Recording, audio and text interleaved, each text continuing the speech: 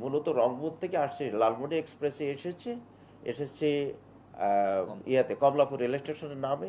Kamalapur rail স্টেশনের নামলে এরা আবার পরবর্তীতে চলে যাবে ফরিদপুরে চলে যাবে। ট্রেনের জন্য তারা ওয়েট করতেছিল 8 নম্বর প্ল্যাটফর্মে।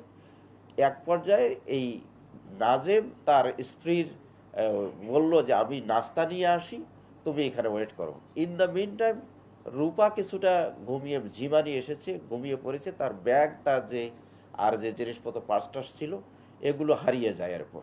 সেই রূপা তখন একটু সম্বিত ফিরে পেয়ে সে খোঁজাখুঁজি করে দেখে তার ব্যাগ হারিয়ে গেছে, তার পার্স হারিয়ে গেছে।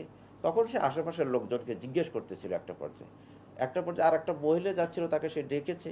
ইন দ্য মিনটাইম ওই এলাকায় সাইফুর রহমান ভূঁইয়া ওই জায়গাটার মধ্যে যাচ্ছিল। সে কাছাকাছি এসে তাকে জিজ্ঞেস করলো যে তুমি কি আমাকে ডেকেছো?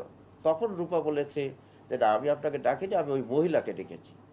তখন বললো যে পাশাপাশি জিজ্ঞেস করেছে যে তোমার কি হয়েছে।